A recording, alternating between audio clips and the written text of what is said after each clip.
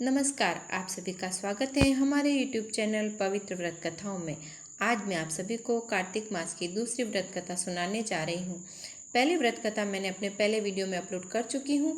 अगर आपने नहीं देखा है तो मैं उसका लिंक अपने डिस्क्रिप्शन बॉक्स में डाल दूँगी। कथा। कार्तिक मास आया, एक ब्राह्मण था, उसको एक बेटा था। ब्राह्मणी कार्तिक महीने का व्रत रखती थी। व्रती स्त्रियां रोज भोर में स्नान करने जाती थी।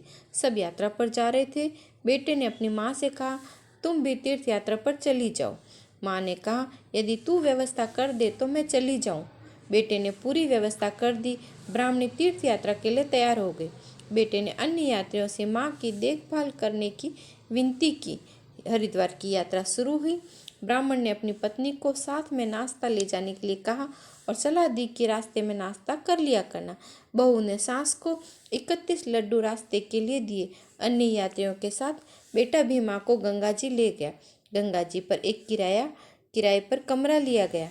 सुबह लगभग 11 बजे कार्तिक देव दामोदर का वेश धारण करके आए और दरवाजा खटखटाए।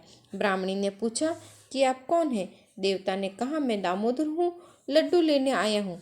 ब्राह्मणी ने कहा, मेरे पास लड्डू वड्डू कुछ नहीं है, मैं स्वयं लड्डू खाती हूँ तो तुम्हें खिलाऊं।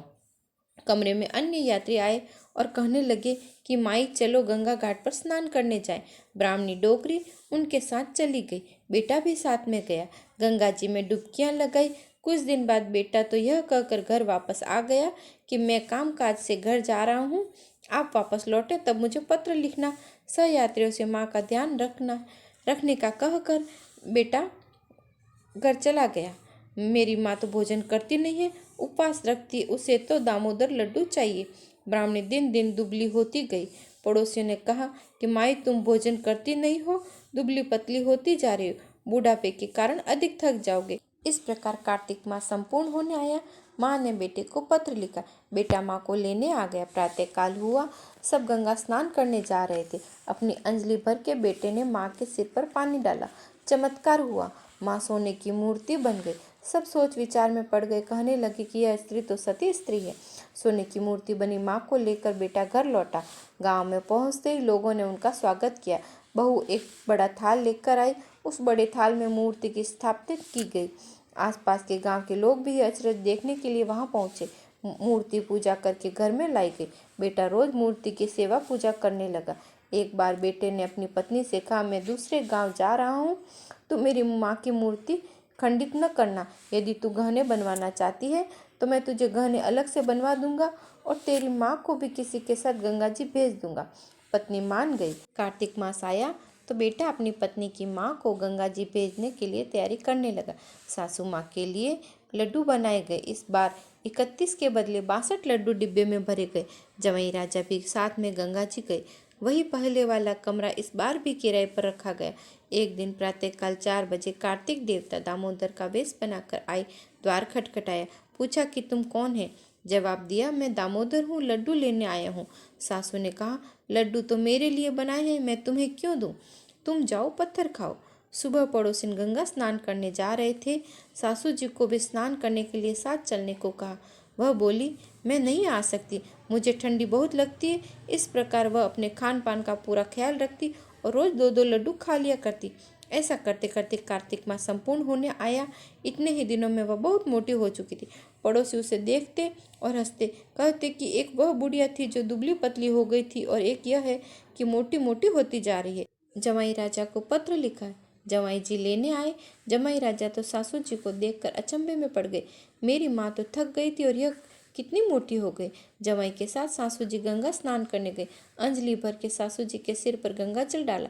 सासू स्त्री से कुतिया बन गई। वह कुत्ते की तरह भौंकती रही। पिंजरा तैयार करवाया गया। कुतिया को पिंजरे में बंद कर दी गई। पिंजरा गाड़ी में रखा गया। अब वे गांव पहुंचे। घर खबर कर दी गई कि गाजे बाजे के साथ स्वागत किया जाए। जोरदार स्वागत हुआ। बेटी भी उत्सुकता पूर्वक अपनी माँ को लेने के लिए आई। उत्सुकता पूर्वक बेटी दर्शन करने आगे बढ़ी। अपनी माँ को कुतिया के रूप में नजर आई। कुतिया बनी माँ ने बेटी की नाक नोच काटी, बेटी को नकटी कर दिया। बेटी ने अपने पतिदेव से क्रोध में आकर कहा, मेरी माँ की यह क्या हालत बना रखी। अपनी माँ को तो सोने की मूर्ति बनाकर लाए थे और मेरी माँ को कुतिया बना डाला। पतिदेव ने कहा, तेरी माँ वहाँ नहा धोकर लड्डू खाती थी, इसलिए कार्तिक महीने का श्राप लगाए। अपनी माँ का कुतिया रूप में बेटी अपने घर ले गई।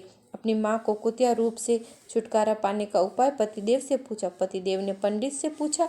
उन्होंने बताया कि तेरी माँ कार्तिक महीने का श्राप लगने के कारण कुतिया बनी है, इसलिए अपने भाई और भौजाई से कहना कि वे दोनों कार्तिक महीने का स्नान करें, व्रत करें। स्नान समाप्त होने पर संकल्प छोड़ें। ऐसा करने से माँ का कुतिया रूप से छुटकारा हो जाएगा। पतिदेव ने साले को ये सब बताया। तुम्हारी माँ को कुतिया बनी है, तुम दोनों पति पत्नी कार्तिक स्नान करें, और उन्होंने ऐसा ही किया। स्नान संपूर्ण होने पर संकल्प छोड़ा गया। माँ का कुतिया रूप से छुटकारा हो गया, उसे मोक्ष मिला। इस व्रत को करने वाली को जोड़ा जिमाना चाहिए, कुमारियों को जिमाना चाहिए, सौभाग्य टोकरी देनी चाहिए। जय श्री कृष्ण। आप सभी को मेरी कथा पसंद आई हो तो प्लीज़ लाइक, शेयर, सब्सक्राइब कीजिए। और कोई कथा सुनना चाहते हैं तो कमेंट बॉक्स में डालिए। जय श्री कृष्ण।